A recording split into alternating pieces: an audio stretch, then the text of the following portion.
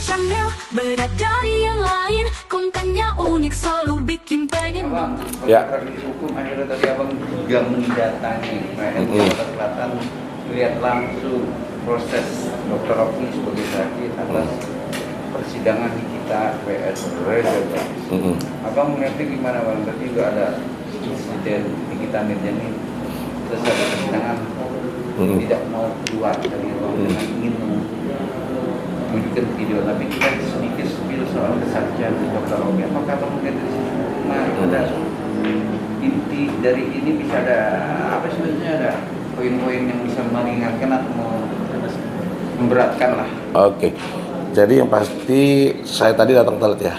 Datang telat, jadi kesaksian Dr. Oki, Sheila Sokia, tadi saya sempat udah nggak dengar lagi. Karena memang saya datang jadi telat banget, ada kerjaan tadi. Tadi pas saya sampai di sana, kalau salah itu di jam 3 lebih ya. Jadi pas momen-momen panasnya di mana Mbak Nikita Mirjani nggak mau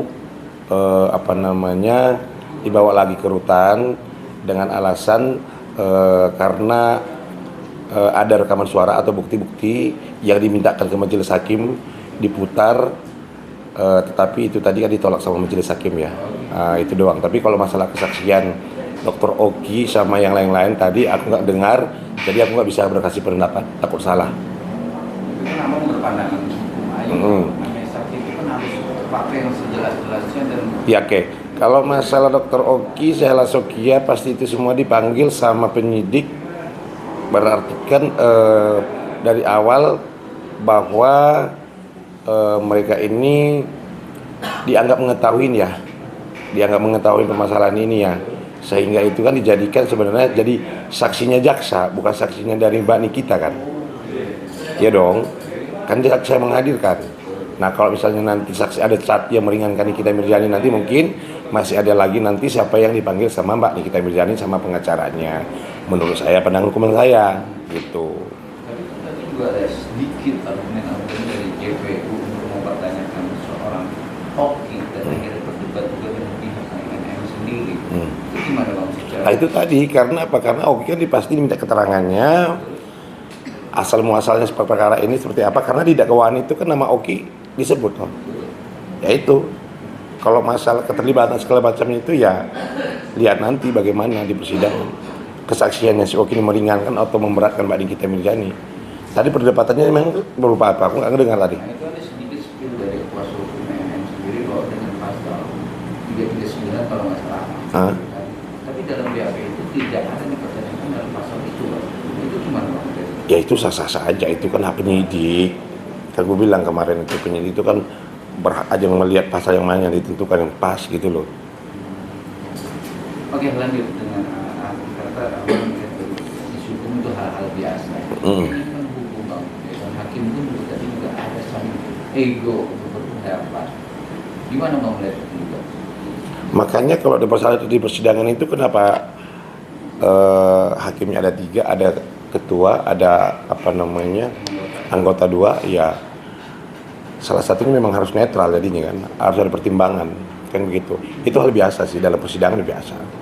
Tapi kan juga pertanyaan juga banyak, kadang-kadang juga pertanyaan soal yang baru pertama kali duduk di persidangan itu saksi. Kurang keras suara kamu. Oke, tapi kan juga tadi pandangan para penasihat hukum melihat seorang Oki yang baru juga pertama kali saksi dalam duduk di persakitan dengan dia berkata-kata yang tidak pasti, itu hal biasa juga ya bang, secara umum juga. Ya namanya siapapun, ya namanya masih orang ya, kalau dipanggil ke persidangan siapapun pasti gemetar. Itu biasa aja sih, bisa aja. Makanya dari awal gua bilang ngomong sejujurnya, Mas Oki juga harus ngomong sejujurnya, ada apa ini sebenarnya, buka aja gitu loh, jangan ada yang ditutup-tutupin gitu, seperti itu. Mungkin juga dari kuasa hukum tadi juga berpendapat juga bang soal kesaksian ini juga ada dugaan-dugaan dalam perkara masuk ini sebagai itu agak dipilih itu dalam arti diarahkan sendiri bang, atau diarahkan dengan. Nah makanya aku bilang kemarin apa, Nikita nggak sendirian toh.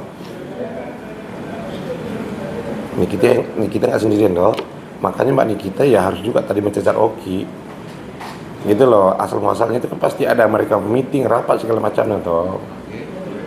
Ya mestinya ya tadi dicecar di situ, gitu loh. Jangan mau sendirian, karena apa kan kasihan Mbak Nikitianya sekarang. Oke, dengan kesaksian juga ada salah satu kalau salah terus saya punya produk juga ya kan, dan mendapatkan umroh dan sekarang juga lagi menjalankan hukuman dengan perkara kasus ini kok masuk dengan perkara yang berbeda bang, kamu melihat itu gimana bang? Nah makanya kemarin aku bilang fokus kepada dakwaan saja, jangan kemana-mana, karena akan jadi blunder. Nah permasalahannya apa, yang ditanya apa, ya jadi kan ngeblunder jatuhnya toh. Jadi garis benang merahnya nggak ditemukan ini. Ya kalau saran aku mestinya fokus, jangan ditanyakan masalah umroh, katanya laki-laki kok bisa umroh diberangkat segala macam, itu maksud aku udah terlalu jauh sih ya. Ini saran. Tadi juga aku ngomong sama Bang Fahmi juga. Ini saran aja, fokus aja sama dakwaan yang didakwakan sama JPU gitu. Jangan melebar kemana-mana. Kayak perkara kemarin saya itu kan fokus aja ITE, udah gitu. Akhirnya saya duluan dituntut 1,5 tahun. Ya kan, 1,5 tahun kita fokus pembelaan saya segala macam. Akhirnya diponis di PN itu 6 bulan doang kan. Abang melihat tadi kata Kok bicara sama salah satu lawyer dari kuasa hukumnya RJ ini sendiri bilang bahwa ini kemarin kan awalnya kan ini gosip atau yang menyebar kata pemerasan dan skincare itu berbalik kata pencemaran nama baik ya kan, dan kental bang itu. Abang melihat gimana sih bang? Pencemaran nama